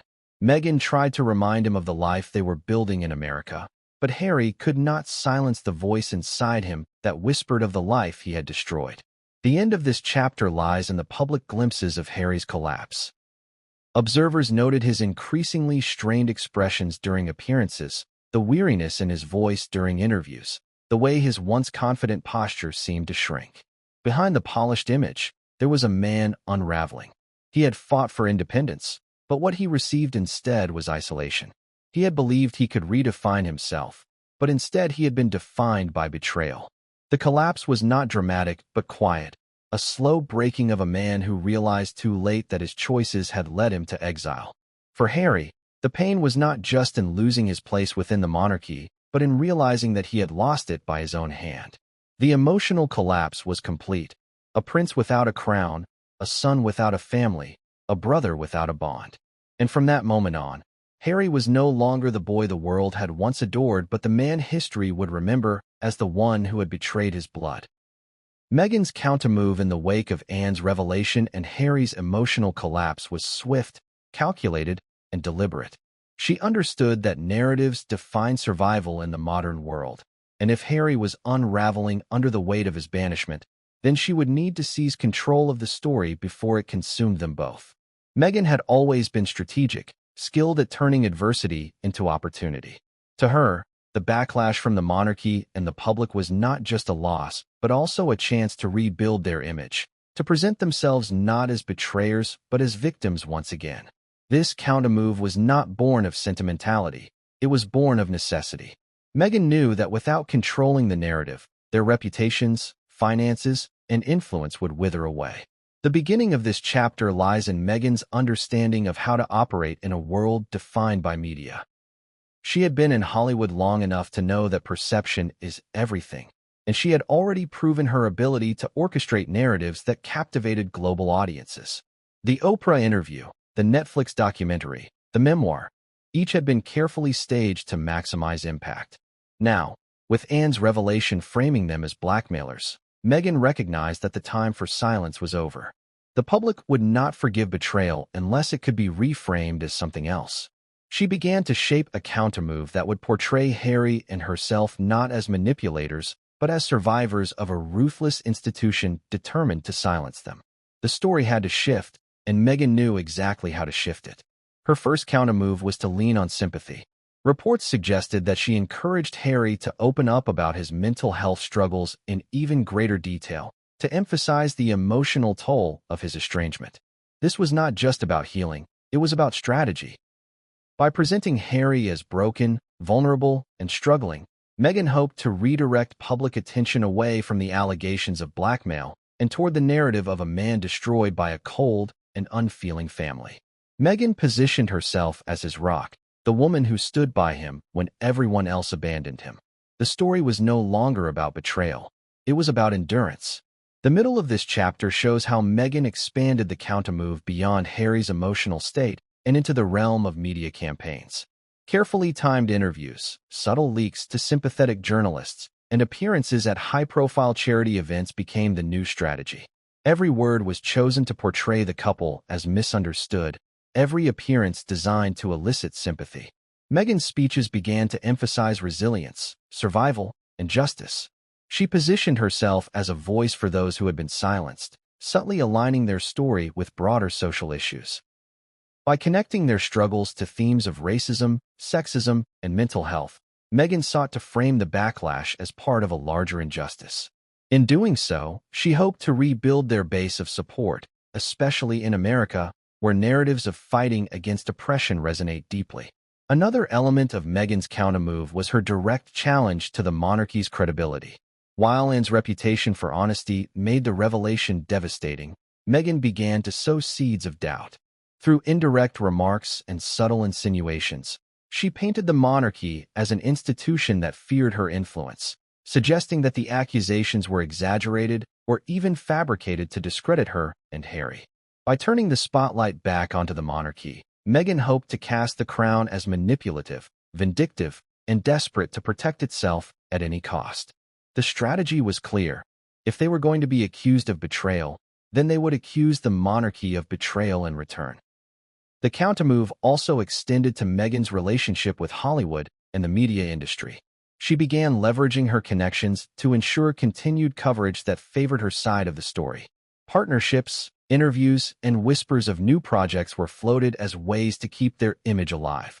The more they were seen as active, visible, and engaged in causes beyond themselves, the harder it would be for the public to accept the narrative of them as blackmailers. Meghan understood that perception is not shaped by one story, but by the accumulation of stories. If they could flood the public with enough counter-narratives, the sting of Anne's revelation might eventually fade. The end of this chapter lies in the effectiveness and the risks of Meghan's countermove. On the one hand, her efforts ensured that she and Harry did not fade into obscurity. They remained in the headlines, remained relevant, and retained a base of support. On the other hand, every countermove came with consequences. To many, her strategies looked less like survival and more like deflection. Critics argued that Meghan was manipulating public sympathy, using Harry's pain as a shield against accountability. Others believed her attempts to challenge Anne's credibility only reinforced the idea that she was willing to tear down anyone who stood in her way. The countermove kept them in the fight, but it also deepened the perception of Meghan as a strategist rather than a victim. For Harry, the countermove provided temporary stability, but it did not erase the collapse he was experiencing inside. Meghan's determination gave him a sense of direction, but it also magnified the divide between how he felt and how he was presented. The countermove required him to appear strong, even as he struggled with the reality of his exile. It required him to play a role, much like he had in the monarchy, only this time the stage was different and the stakes just as high. Meghan's countermove bought them time, influence, and relevance, but it could not undo the damage Anne's revelation had caused. It was a fight for survival, and Meghan was determined to fight it to the very end. Chapter 14 begins with the immediate fallout within the royal family following Anne's explosive revelation and Meghan's counteroffensive. The palace, long accustomed to managing public perception with careful messaging and disciplined appearances, was suddenly thrust into chaos. Senior aides scrambled to assess the damage. The media was ablaze with speculation, and the public was left reeling from allegations of betrayal and blackmail at the highest level. The atmosphere inside Buckingham Palace shifted from quiet protocol to urgent crisis mode. Staff whispered in hallways, advisors convened emergency meetings, and the tension was palpable. The monarchy, an institution built on centuries of tradition and control, faced a situation it had never fully anticipated, one in which its own bloodline was being publicly accused of attempting to manipulate power through threats and leverage. The beginning of this chapter centers on King Charles and Queen Camilla, who were immediately confronted with the implications of Princess Anne's disclosure. For Charles, the revelation was both a personal and political blow. He had always hoped that Harry and Meghan could be brought back into the fold with careful negotiation and compromise, but Anne's evidence left him with no choice but to act decisively. Reports from trusted palace insiders indicated that Charles spent hours in private consultations, reviewing every piece of evidence and presented. Financial records, correspondence, and allegedly recorded conversations were scrutinized with meticulous care. For the king, it was no longer about familial loyalty. It was about protecting the institution itself. Any hesitation could be interpreted as weakness or complicity, and in the court of public opinion, perception was often reality. Meanwhile, Queen Camilla expressed a mix of disappointment and resolve. Unlike Charles, whose long tenure in the public eye had tempered his emotional responses with caution, Camilla's reaction was more visceral. She reportedly conveyed her feelings to senior advisors, emphasizing that the integrity of the royal family must be preserved above all else. The queen consort understood that the narrative of betrayal was dangerous, not just for Harry and Meghan, but for the entire monarchy. Camilla advocated for immediate measures to limit further exposure, including restricting Harry's access to royal privileges, severing financial allowances, and issuing statements designed to reaffirm the family's commitment to transparency and ethical conduct. Her influence in shaping the response proved critical, ensuring that the monarchy projected strength and decisiveness even amid scandal. The middle of this chapter explores the ripple effects across the extended royal network. Cousins, distant relatives, and members of the royal household began to react in real time, each balancing personal loyalty with public expectation. Some expressed shock and disbelief, struggling to reconcile the image of Harry they had known with the allegations now circulating. Others, already skeptical of the couple's intentions, saw this as confirmation of long-held suspicions. Internal communications reportedly became strained, as advisors debated the most prudent path forward. Legal teams were engaged, statements were drafted, and contingency plans were discussed, all while the media coverage intensified. The palace was caught between the immediate need to manage the story and the long-term implications of permanently cutting off a member of the royal family. One of the most critical aspects of the fallout was the strategic consideration of how Harry might respond. Sources close to the couple suggested that Meghan had already begun to orchestrate a media narrative that would portray Harry as wronged and demonized. This created a delicate balancing act for the palace. Acting too aggressively risked playing into Meghan's portrayal of victimhood, while inaction could be seen as tolerance of manipulation and potential blackmail. The stakes were high. Every decision carried consequences for public perception, internal family dynamics, and the monarchy's future stability. Advisors had to consider not just the immediate scandal, but the long-term impact on the succession, public trust, and international reputation. The end of this chapter examines the immediate public and media reaction. Once the news of Harry's banishment spread, headlines around the world captured the drama in sensational terms. Tabloids emphasized betrayal and scandal, framing the story as a dramatic conflict between royal tradition and modern ambition. Social media erupted with speculation, opinions, and outrage, creating an unprecedented level of public scrutiny. Commentators debated the morality of the couple's alleged actions, the fairness of the royal response, and the broader implications for the monarchy in the 21st century. This public discourse created additional pressure on both sides: the royal family to demonstrate authority and integrity, and Harry and Meghan to maintain relevance and influence despite their isolation. At the personal level, Harry reportedly experienced a profound mixture of shock, regret, and defiance. Cut off from privileges, facing public judgment, and seeing the royal network rally against him, he was confronted with the reality that reconciliation might never be possible. Meghan's support became central to his coping, but even her counsel was strategic, emphasizing public perception and media leverage over personal healing. Harry's internal conflict highlighted the human dimension of the scandal: a son and brother navigating betrayal, loyalty, and personal ambition, all under the unrelenting gaze of the global public. By the end of this chapter, the palace had initiated a series of actions to solidify the consequences: revocation of titles, cessation of financial support, and communication strategies to frame the narrative decisively.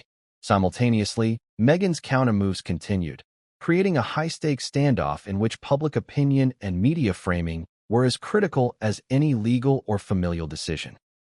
The chapter closes with the monarchy entering a new era of tension, vigilance, and careful management, aware that every subsequent move would be scrutinized and remembered. Chapter 15 opens with the long-term consequences of Princess Anne's revelation and Harry's banishment becoming increasingly clear. The palace, once again steeped in centuries-old tradition and careful control, had now entered uncharted territory. Harry's removal was more than a personal reprimand. It was a public statement that no member, regardless of lineage or popularity, was above accountability. This chapter explores the profound and lasting ripple effects on the royal family, the monarchy as an institution, and the public perception that would come to define this extraordinary scandal.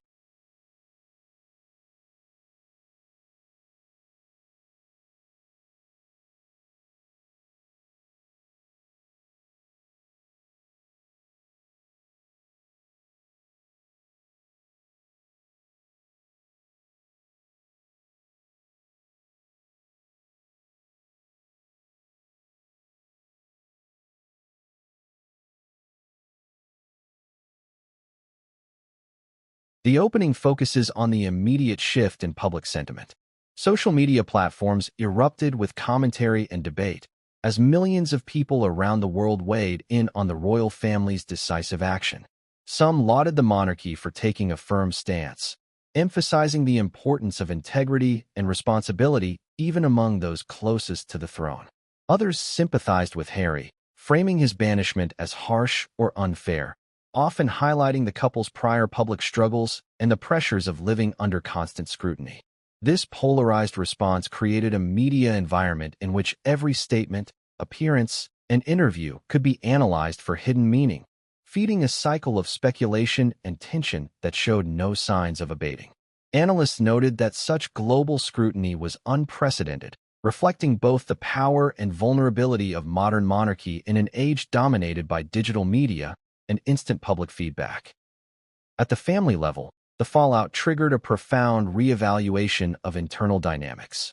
King Charles, Queen Camilla, and Princess Anne were compelled to navigate not only Harry's absence, but also the emotional consequences for the rest of the royal family. Reports indicated that Prince William and Kate were deeply affected, balancing loyalty to their brother with responsibility to the crown and the expectations of the public. Within Buckingham Palace, advisors worked tirelessly to manage communications, security, and ceremonial duties, all while ensuring that the narrative of strength, accountability, and transparency remained consistent. These internal recalibrations underscored the intricate balance between personal relationships and institutional imperatives, highlighting the unique pressures of life within a royal household. The middle of the chapter delves into the strategic maneuvers that Harry and Meghan employed in response to their isolation. Insiders reported that Meghan, understanding the power of media perception, began coordinating with trusted journalists and sympathetic commentators to construct a narrative that emphasized the couple's victimization and the alleged unfairness of the royal response. Meanwhile, Harry's public appearances and private statements were carefully curated to maintain visibility without undermining the palace's authority. The tension between maintaining dignity and influencing public opinion became a defining feature of the months that followed, shaping every decision and interaction. The chapter also explores the financial and social ramifications of the banishment. With titles revoked and allowances withdrawn, Harry faced a new reality of independence, which required a reassessment of personal and professional priorities. Meghan's ventures and initiatives, once heavily supported by their royal connection, were now scrutinized under a different lens, forcing strategic adaptations and recalibrations. The financial implications underscored the broader consequences of the scandal, illustrating how personal decisions within the royal family could have far-reaching impacts on lifestyle, influence, and social standing. As the narrative progresses, the focus shifts to public events and ceremonial appearances. Every gathering, celebration, and international engagement became a stage on which the monarchy demonstrated unity, resilience, and continuity. The absence of Harry was palpable, and his omission from traditional family portraits and official events served as a symbolic reinforcement of the new reality. These visual narratives, widely circulated in media outlets, conveyed both loss and strength, emphasizing the monarchy's commitment to institutional stability over personal reconciliation. By the latter part of the chapter, expert opinions and historical parallels are introduced to provide context and depth. Constitutional scholars and royal historians weighed in on the unprecedented nature of cutting off a senior royal in such a public manner, comparing the situation to previous internal conflicts within European monarchies. Their insights highlighted the delicate balance between familial loyalty and institutional preservation, and underscored the long-term significance of Princess Anne's revelations as both a moral and procedural turning point for the British monarchy. Analysts noted that while the monarchy had weathered scandals before, this particular combination of public exposure, allegations of blackmail, and familial estrangement represented a defining moment in the institution's modern history. The conclusion of the chapter examines the human dimension, reflecting on the emotional and psychological toll on all parties involved. For Harry, the sense of betrayal, isolation, and disconnection from family was profound. Meghan's unwavering support became a pillar, yet even this partnership could not fully mitigate the consequences of their actions. For the rest of the royal family, the experience was both painful and clarifying, a harsh lesson in accountability, communication, and the stakes of public trust. Princess Anne's role emerged as central to preserving the integrity of the crown, demonstrating a blend of courage, loyalty, and strategic foresight that ultimately shaped the outcome. The chapter closes by framing the banishment not as an end, but as a defining moment of transition for the monarchy.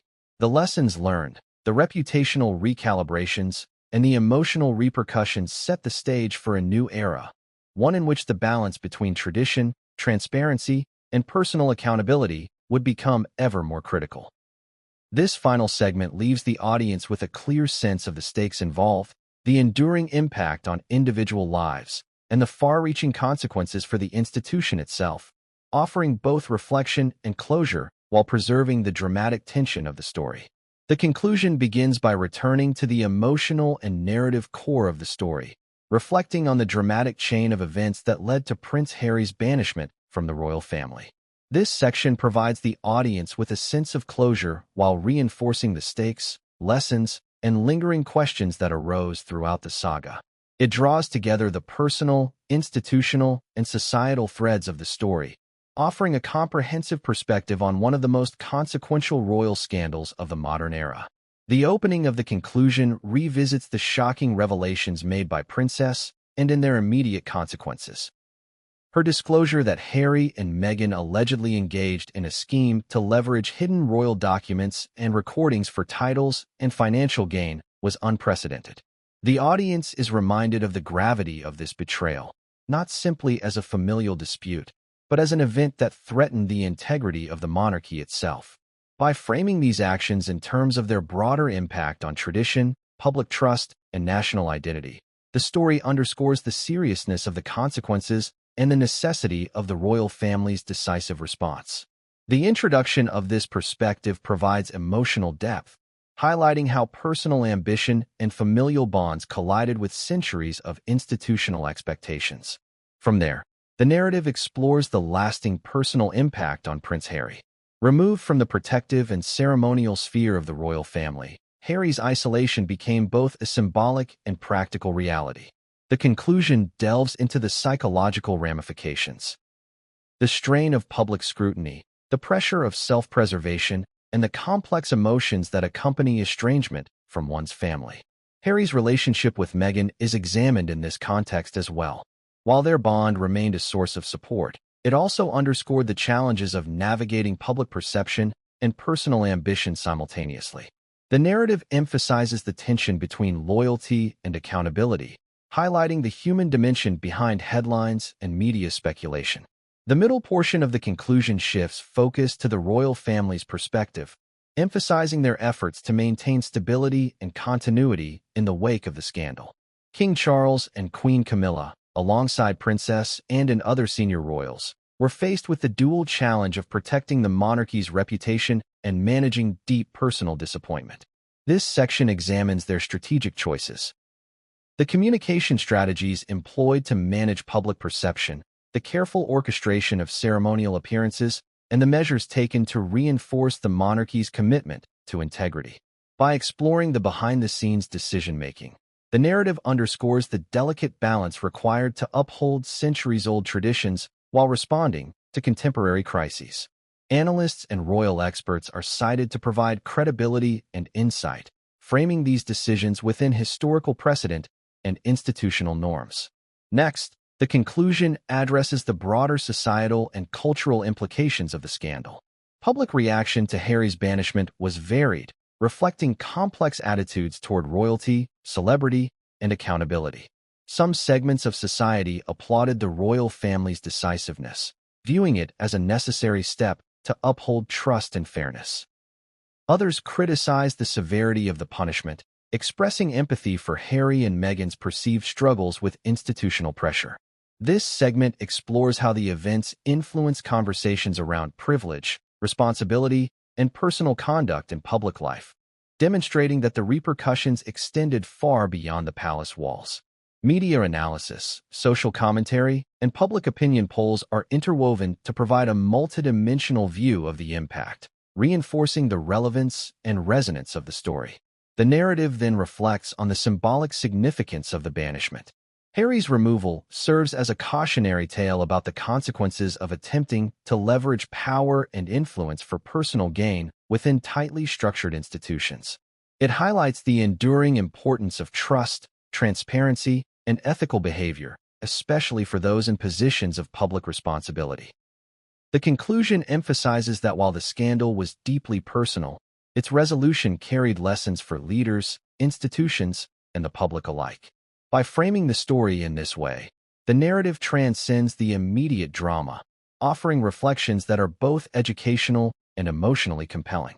Finally, the conclusion brings the story full circle, revisiting the initial tension, surprise, and betrayal that captured the audience's attention. The emotional arcs of the principal characters, Harry, Meghan, Princess Anne, and the rest of the royal family, are tied together to provide a coherent and satisfying resolution. The audience is invited to reflect on the complexity of human relationships, the challenges of balancing personal ambition with collective responsibility, and the enduring power of truth and accountability. The story closes with a strong call to action, encouraging viewers to engage with the narrative, discuss its implications, and consider their own perspectives on loyalty, ethics, and consequence. The conclusion also leaves a lingering sense of curiosity and reflection, maintaining engagement even after the story has ended. It acknowledges that while the immediate crisis has been resolved, the long-term implications for the royal family, public perception, and the broader cultural conversation will continue to unfold. By combining narrative closure with forward-looking insight, the conclusion ensures that the audience walks away with both emotional satisfaction and intellectual engagement, completing the story in a manner that is impactful, resonant, and memorable. Have you heard the shocking news rocking the royal family? In an explosive revelation, Princess Anne exposed evidence that Prince Harry and Meghan Markle allegedly tried to blackmail the crown using secret documents and recordings. The fallout has been unprecedented, leaving Harry permanently banned from the royal family, Meghan facing massive backlash, and the monarchy grappling with betrayal at the highest level. In this video, we break down every shocking detail: the secret schemes, Princess Anne's bold disclosure, Harry and Meghan's alleged motives, and the dramatic consequences that shook Buckingham Palace. From hidden recordings to the royal family's decisive response, this story uncovers the truth behind one of the most explosive scandals in modern royal history. Watch as we dive deep into the emotional turmoil, the tension between family loyalty and ambition, and the repercussions that could redefine the royal legacy forever. If you thought you knew the Sussex story, think again. This is the full exposé you cannot miss. Make sure you watch until the end to see how the royal family dealt with this shocking betrayal and what it means for Prince Harry's future. Don't forget to like, comment, and share your thoughts below. Who do you think is truly at fault? Could Harry ever return to the royal fold, or is this the final chapter? Subscribe for more royal scandals, shocking revelations, and behind-the-scenes royal drama you won't see anywhere else. The British royal family has been rocked by one of the most shocking scandals in recent history. According to explosive revelations from Princess and Prince Harry, alongside Meghan Markle, allegedly attempted to blackmail the crown using secret royal documents and recordings. This astonishing betrayal has reportedly led to Harry being permanently banned from the royal family, leaving the monarchy reeling and the public in disbelief. For decades, the royal family has carefully balanced tradition, protocol, and privacy. Yet, this scandal threatens not just the image of the monarchy, but the very trust that binds the royal household together. Princess Anne, known for her no-nonsense approach and fierce dedication to duty, has come forward with damning evidence that suggests a deliberate scheme orchestrated by Harry and Meghan. According to sources close to the palace, the alleged plan involved threatening the release of sensitive documents unless the couple received titles, financial benefits, and other privileges from the royal establishment. Experts claim that the stakes of such actions could not be higher, as they jeopardize national security, family reputation, and the carefully curated public image of the royal household. Royal insiders have described the tension leading up to Princess Anne's revelation as palpable. In private meetings, discussions reportedly grew heated, with concerns that the couple's actions could create irreversible damage.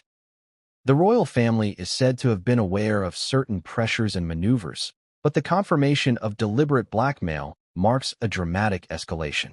The reaction within the palace has been swift and decisive.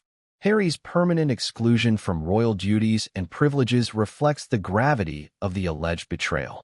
Royal commentators suggest that this move is unprecedented in modern history, highlighting the seriousness of Princess Anne's findings. Sources suggest that Meghan's involvement further complicates matters, raising questions about her influence over Harry's decisions and the couple's broader strategy. Public reaction has been mixed. Social media platforms are flooded with debates, speculations, and divided opinions. Some critics argue that the banishment is justified, emphasizing the sanctity of royal tradition and the need for accountability. Others express sympathy for Harry, suggesting that pressures, manipulation, or personal grievances may have played a role. Regardless, this scandal has ignited a media frenzy, dominating headlines worldwide. Legal experts have also weighed in, noting that the circulation of sensitive royal documents could have serious consequences under British law. The alleged blackmail, if proven true, may have legal ramifications beyond the palace walls, potentially involving civil or criminal proceedings. Such developments add a layer of complexity, as the monarchy navigates the fine line between private family matters and matters of national significance. The psychological and emotional impact on the family is equally significant. Royal insiders describe a sense of betrayal and heartbreak among those closest to Harry, with long-standing relationships reportedly strained. Princess Anne's courage in coming forward demonstrates a commitment to integrity, yet it also underscores the emotional toll of addressing such internal conflict publicly. For Harry, the banishment marks a dramatic turning point. Once celebrated as a compassionate, relatable prince, he now faces public scrutiny, familial estrangement, and a permanent shift in his role within the royal hierarchy.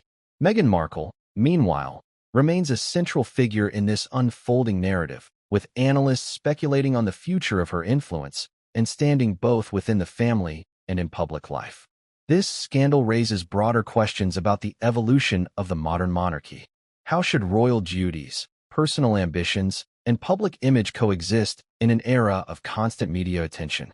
Can trust be rebuilt once broken, and what precedent does this set for future generations of the royal family? As the story continues to develop, one thing remains clear. The royal family's response to this betrayal will shape public perception for years to come. Princess Anne's revelation has not only exposed a shocking internal conflict, but also reignited global interest in the monarchy's inner workings. For royal watchers, journalists, and casual observers alike, this is a defining moment, offering unprecedented insight into the complexities, pressures, and vulnerabilities of one of the world's most iconic families. What do you think about Prince Harry's banishment? Was it a necessary move to protect the crown, or does it reflect deeper, unresolved tensions within the royal family? Share your thoughts in the comments below and join the conversation about this historic royal scandal. Prince Harry has been permanently banned from the royal family after Princess Anne dropped an explosive revelation. According to insiders, Harry and Meghan Markle allegedly tried to blackmail the crown using secret documents and recordings, demanding titles and money in exchange for silence. This shocking betrayal has sent shockwaves through the monarchy and left the world questioning everything they thought they knew about the royal family. In this video, we dive deep into Princess Anne's bombshell revelations, the alleged secret plot orchestrated by Harry and Meghan, and the dramatic fallout that has forever changed the royal landscape. From palace meetings filled with tension to the unprecedented decision to cut Harry off completely, we explore the scandal that's gripping the globe. What drove Prince Harry to risk everything? How did Princess Anne uncover the truth? And what does this mean for the future of the royal family? Watch as we break down every detail, provide expert analysis, and reveal the untold stories behind this historic royal betrayal. If you thought you knew the royal family, think again. This story is bigger, more shocking, and more personal than anything you've seen before. Don't miss a single moment of this royal exposé.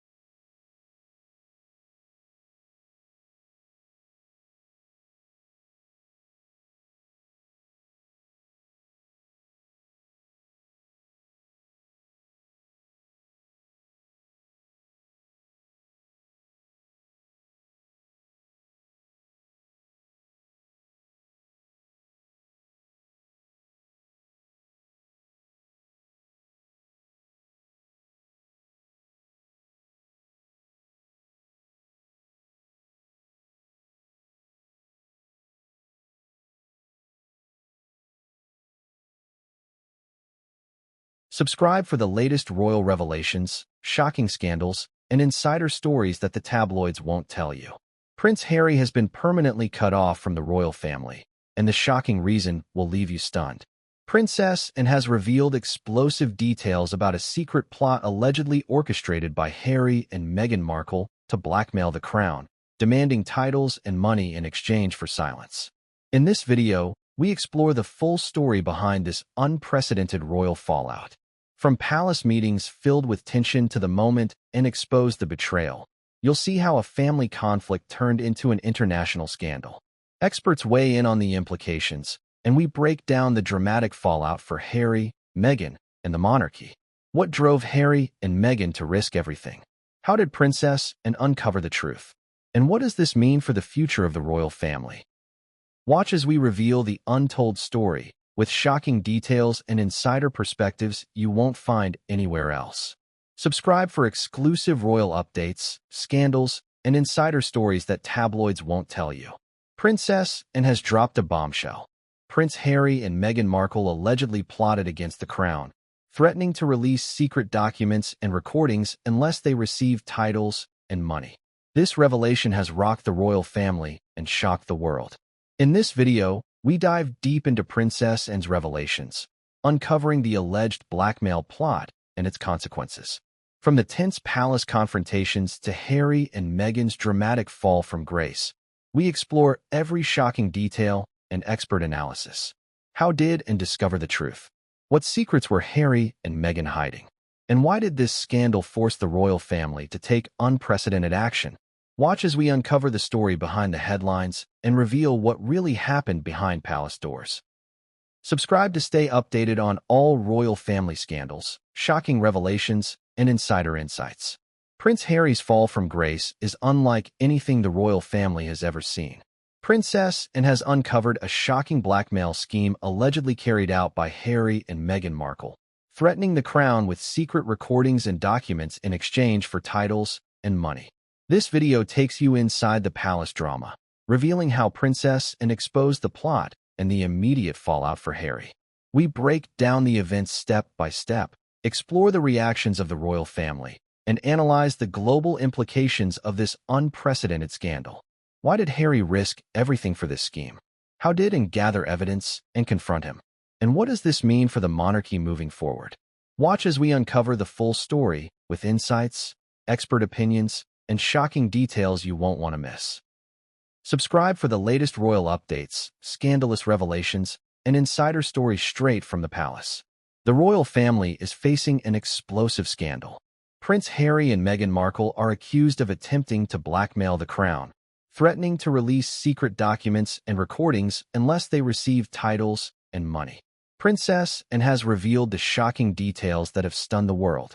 In this video, we reveal how and expose the scheme, the tense confrontations that followed, and the unprecedented action taken by the royal family. From Harry and Meghan's alleged plot to the ripple effects across the monarchy, we break down every shocking element and provide expert analysis on what this means for the future. What led Harry and Meghan to take such drastic measures? How did and uncover the truth? And what consequences are they facing now? Watch this deep dive into one of the most dramatic royal scandals in history. Subscribe for royal family news, scandals, and shocking insider revelations you won't see anywhere else. The royal family is in shock after Princess Anne revealed that Prince Harry and Meghan Markle allegedly made secret threats to the crown, demanding titles and money in exchange for silence. This unprecedented scandal has led to Harry being permanently cut off from the royal family.